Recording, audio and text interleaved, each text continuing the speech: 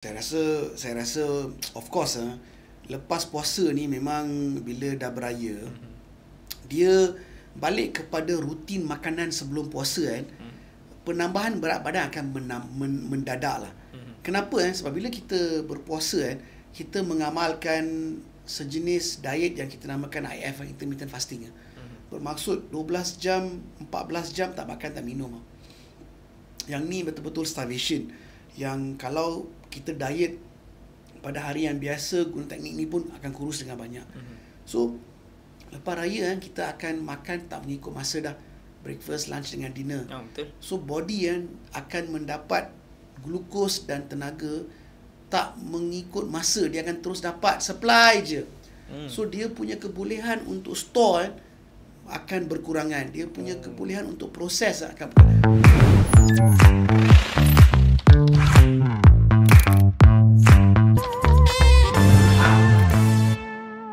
Okay, Assalamualaikum, hai dan selamat Hari Raya. Maaf saya nak batin semua. So kembali lagi dalam Dr. G Podcast, iaitu Relax Lu Podcast bersama dengan doktor kita lah, Dr. G. Doktor, selamat Hari Raya Doktor. Selamat Hari Raya. Sihat ya Doktor? Macam mana Raya Doktor? Okay. Boleh tahan, not bad. Not bad. Sibuk lah. Sibuk sikit Doktor. Sibuk. Dengar Doktor time Raya pun kena kerja kat Doktor. Stres. Saya rasa Raya kita kena ubah kita punya cara merayakan Raya. Sebab bila kita duduk kat kampung, kebanyakan guest yang datang, dia harapkan dia akan holiday di kampung. So kita yang kena buat kerja. Ya betul. So saya sebab jaga bapak saya, so semua orang mai beraya kat rumah saya kan, kita yang kena buat kerja. So kalau kau tengok dia punya schedule untuk beraya ni, kalau kita sebagai tetamu yang ada orang ramai di rumah kan, budak-budak semua kan, kau tengok dia hari akan bermula lepas subuh tau. 6.30 pagi dah start pergi pasar dah. Betul. Beli barang-barang semua balik. 7.30, 8 kau dah mula prep untuk makan masak dah. Betul. So kau prep, potong ayam, potong daging, potong sayur, kau dah prepare semua nak masak.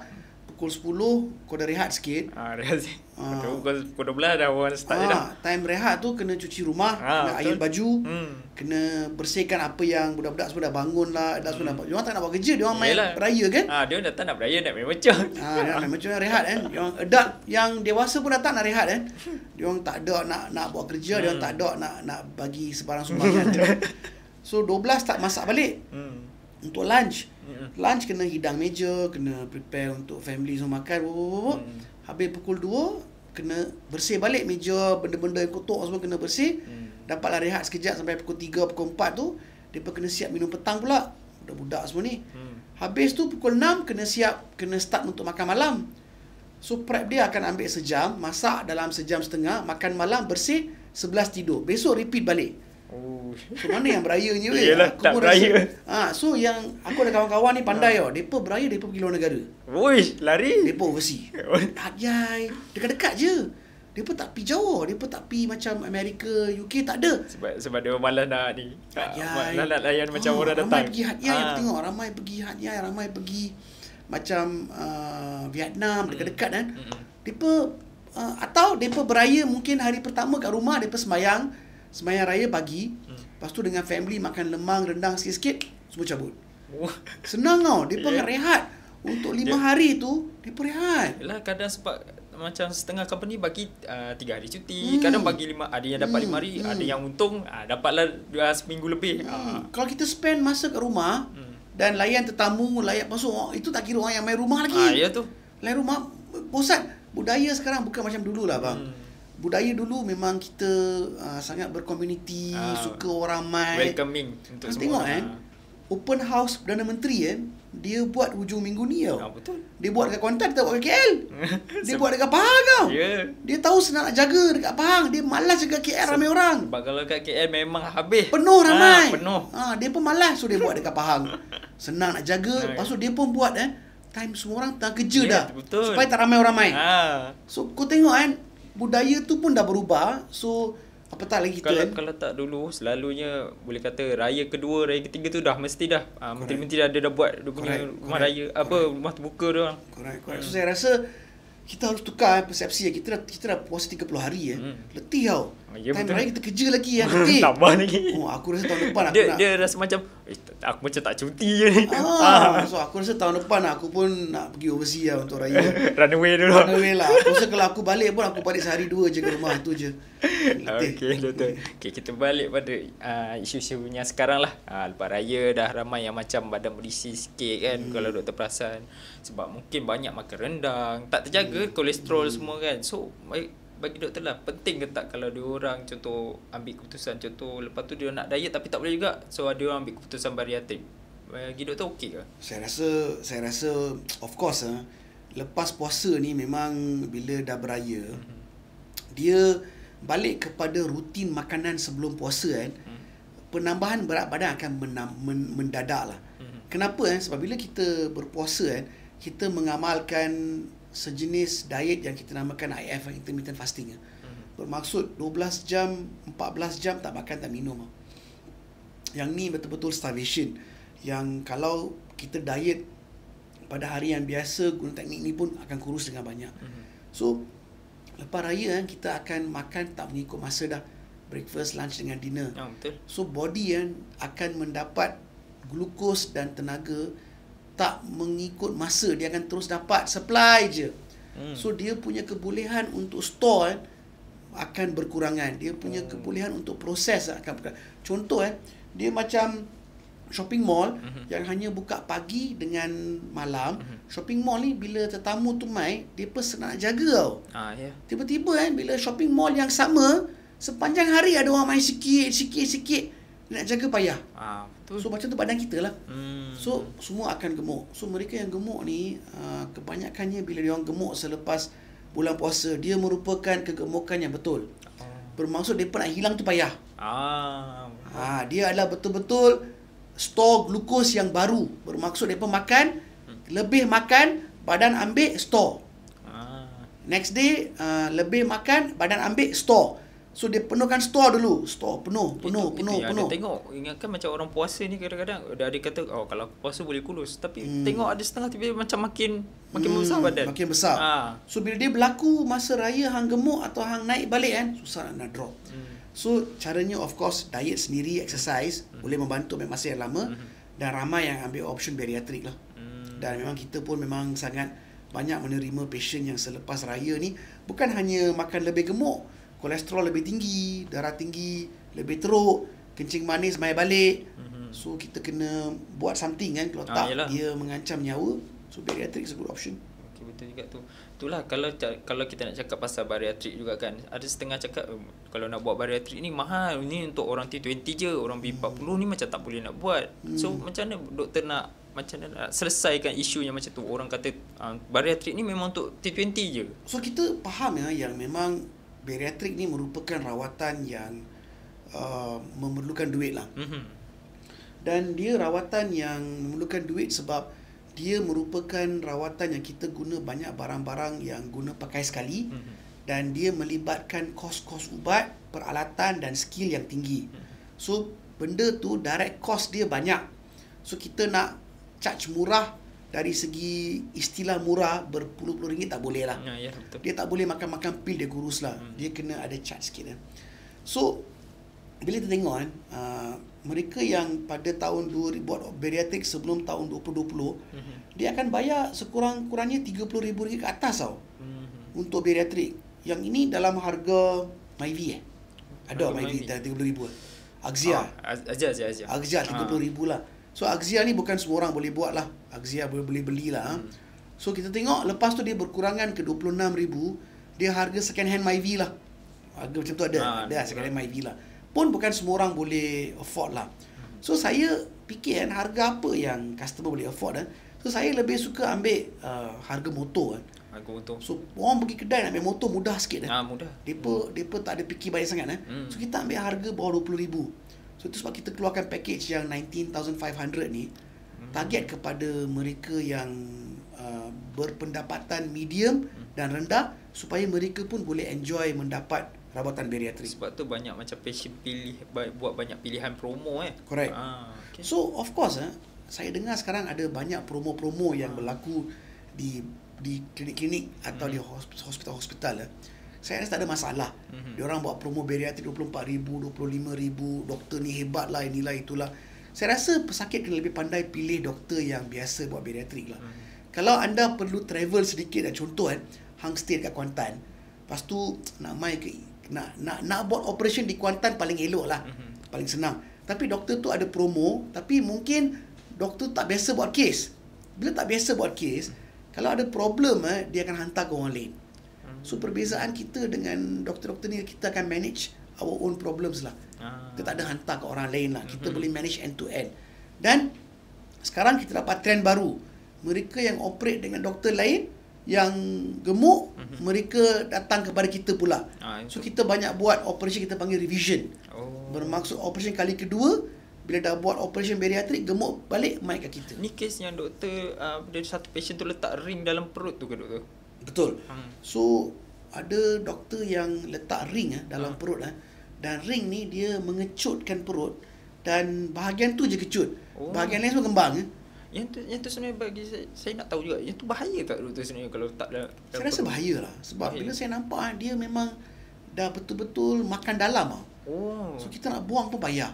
Dan kita ni, of course kita beragama Islam bila kita mati kalau kita ada benda-benda yang pelik dalam badan, of course kalau kita perlu tukar tempurung lutut of course kena buat. Spring jantung kita kena buat lah. Benda ni tak payah buat sebenarnya So bila tak tahu hukum dia macam mana. Kalau kita mati dalam keadaan, kalau ikutkan yang tu kena buang. Kena buang. So saya pun pelik macam mana begitu mudah satu masa dulu ramai orang terima benda ni. Tapi tengok macam dia letak dalam perut tu macam tak sakit ke, tak terseksa ke perut. Saya pun rasa kalau better bagi saya lah, potong tu better lah sebab kita dah tak ada potong rapat dan potong elok-elok. Elok. Saya rasa kebanyakan ni letak ring ni sebab mereka potong tak yakin. Doktor tu potong, dia tak yakin dengan potongan dia. Tapi kalau saya fikirlah benda tu, sebab kalau dalam perut ring tu dia kan macam menyeksa sikit tau. Maybe lah. Okay. Kalau ikutkan pada doktor kan, macam doktor cakap tadi, kita sebabkan bariatrik ini mahal sebab ada charge pada harga. Tapi ada satu isu ni pula saya dengar, ada doktor meletakkan harga ubat tu sendiri dekat klinik. So pandangan doktor macam mana tu? Okey. Saya rasa dia isu yang berlainan sikit. Ada sekarang peraturan baru daripada Kementerian Kesihatan. Depa ni suruh klinik-klinik ni letak harga yang depa beli ubat. Contohnya klinik ni beli Panadol daripada kilang dia nak doktor tu tayangkan harga dia beli Panadol tu berapa ringgit daripada kilang. Supaya patient bila dia diberi bil, dia boleh compare, doktor ni beli Panadol RM10, dia jual kat aku RM11. Aku rasa benda ni dari segi bisnes satu strategi yang salah lah. Kenapa sebab dia ni macam kita suruh penjaga mi goreng. Dia ada mi, dia ada kicap, dia ada udang ke ayam, dia ada sayuran, dia ada mungkin sos tiram. Kita suruh dia letak harga belian semua item-item ni kedai dia, lepas tu jual mi goreng. So bila orang beli mi goreng, dia beli mi goreng RM3 ke RM5, dia tengok harga barang-barang, dia kata kenapa harga barang hang murah, kenapa hang jual aku RM5? Tapi dia berniaga. Memanglah betul. Apa kena-mengena dia berniaga dengan barang-barang tu dengan harga jualan? So dia macam ni lah. Orang kata diversion. Ada banyak isu dalam Kementerian Kesihatan dan banyak isu di Malaysia sekarang yang memberi impak negatif kepada kesihatan awam. Contohnya masa menunggu yang lama di hospital. Yang kedua adalah banyak doktor resign. Yang ketiga banyak nurse resign. Yang keempat banyak syarikat-syarikat insurans charge mahal-mahal premium depa. Yang kelima charge hospital swasta semakin mahal untuk mengaburi mata pengguna yang tidak tahu pasal isu-isu yang lebih serius ni, depa buat isu ni. Betul. So bila nak isu ni, orang akan sembang pasal isu ni lah. Doktor sekarang kena letak harga ubat, baru kita nak beli. Isu-isu lain orang akan kononnya tempias-tempias je lah. Tapi memang nampak betul sebab sebelum ni macam saya ada pergi, saya demam. Saya pergi satu klinik ni. harga dia letak ubat yang sama, 3 ubat yang sama. Lepas tu harganya ni okey sebab klinik swasta, so di sini 80. Bila saya pergi belah sini, yang ni pula jadi 65. Kenapa harga lain padahal ubatnya sama? So macam agak pelik apa yang membezakan. Saya rasa banyak doktor ni pun tidak mengambil serius kepada charge konsultasi mereka. Doktor ni macam khabar lu kan, doktor bodoh berniaga kan. So bila dia bodoh berniaga, dia tak pandai berniaga. So dia pandai tengok patient, tapi dari berniaga dia bodoh. Kawan-kawan aku bodoh berniaga. Memang bodoh. Dia orang kata bodoh sombong. Bodoh berniaga. So dia orang ni akan kata okey macam habis klinik yang RM80 RM60 tu, besar kemungkinan ubat harga sama. Tapi charge consultation tu mamak ni charge RM30, mamak ni charge RM10. Untuk cari patient dah. Tapi in the end apa guna sebenarnya? Baik seragamkan saja. Seragam je lah kan. Senang je kan. So tak ada kena mengena charge ubat. Charge ubat sama je. Itu yang menjadikan macam muskil. Kenapa ya? So aku rasa kan macam KKM dengan kerajaan mengambil tindakan ni. Tapi hang tahu tak yang isu yang listkan harga ubat ni hanya untuk klinik tau, bukan untuk hospital. Untuk klinik saja. So hospital swasta depa boleh charge markup berapa ratus % pun, depa tak tertakluk kepada isu ni. So apakah message yang benda ni hantar kepada doktor-doktor? Message dia adalah kalau hang kecil macam klinik, hang tak ada suara tau. Kalau hang hospital macam hospital-hospital yang ada grup besar-besar ni kan, depa ada suara yang besar yang depa boleh melobi supaya peraturan ni kena kepada hang, tak kena kepada aku. So benda ni balik kepada kenapa kerajaan nak tiba-tiba letak harga. Benda tak pernah jadi dekat Malaysia. Benda tak pernah jadi dekat mana-mana tempat di dunia. So kenapa dia letak? Pada pandangan saya senang saja untuk mengaburi mata pengguna kepada isu-isu yang besar, create satu isu yang dia memang viral, memang takkan perasan.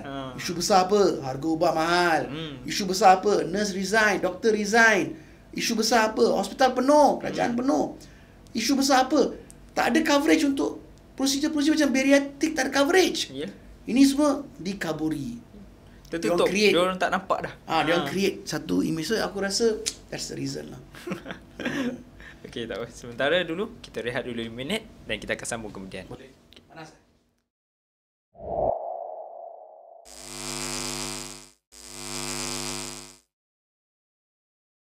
Okey, kita kembali balik. Okey, soalan last lah doktor. Tapi sebelum tu lah doktor, saya nak tanya lah.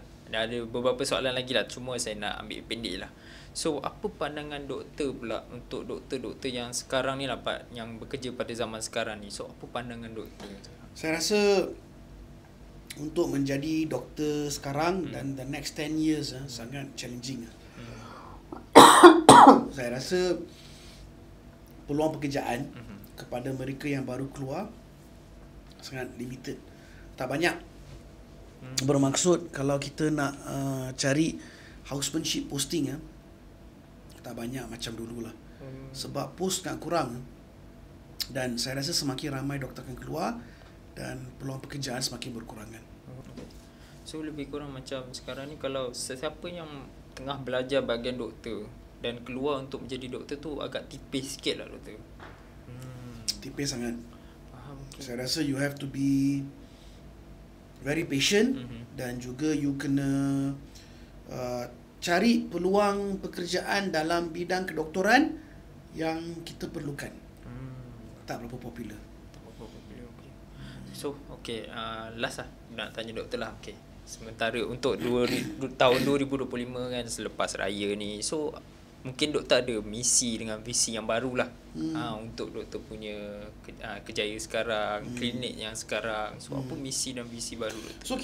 So bila kita mula klinik, kita dari segi klinik kurus kita hanya membuat branding untuk kurus, untuk produk-produk bariatrik, untuk weight loss, dan juga kita fokus kepada belah utara Malaysia dan juga pantai barat, bermaksud KL, Johor dan Ipoh dan semua itulah. Tapi lepas raya sekarang, moving forward, dua benda berubah. Kita nak menambahkan servis dan juga kita nak menjadi pusat kanser untuk mereka yang mencari untuk rawatan berkaitan dengan kanser di seluruh Malaysia, di mana kita nak menawarkan rawatan pada harga yang berpatutan dan memberi rawatan yang bagus. Dan kita nak provide holistik, yang bermaksud mereka ada kanser ni, dia perlukan operation, kemo, perlukan check balik. So kita nak provide semua solution dalam satu klinik. So oleh itu kita nak mulakan kurus dengan servis kanser.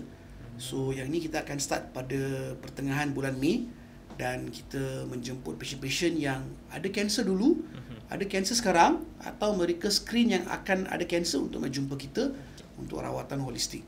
Yang kedua, fokus kita sekarang bukan lagi kepada hanya pantai barat dan utara. Kita akan mengambil pasien daripada seluruh Malaysia dan juga overseas juga. So kita kita dah cukup kuat sekarang untuk menawarkan servis kita kepada overseas lah. Doktor ada terfikir tak rasa macam nak buka, kalau andai kata dah memang dah membesar dengan bagus kita punya kejaya untuk kurus ni kan, doktor ada terfikir nak buka sampai luar negara ke? Definitely. Kalau luar negara, saya terfikir nak buka dekat Indonesia sebenarnya. Saya rasa di sana merupakan satu market dan juga peluang yang bagus, dan pesakit sana saya rasa banyak yang tidak menerima rawatan yang elok.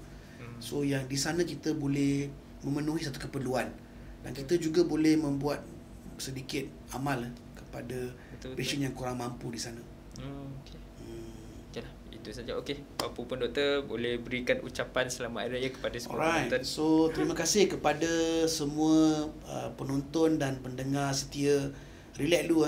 Walaupun banyak podcast sekarang, kita lihat saya mempunyai tanggungjawab, saya rasa, untuk memastikan maklumat yang kita beri, especially dari segi kesihatan, merupakan maklumat yang telus dan betul.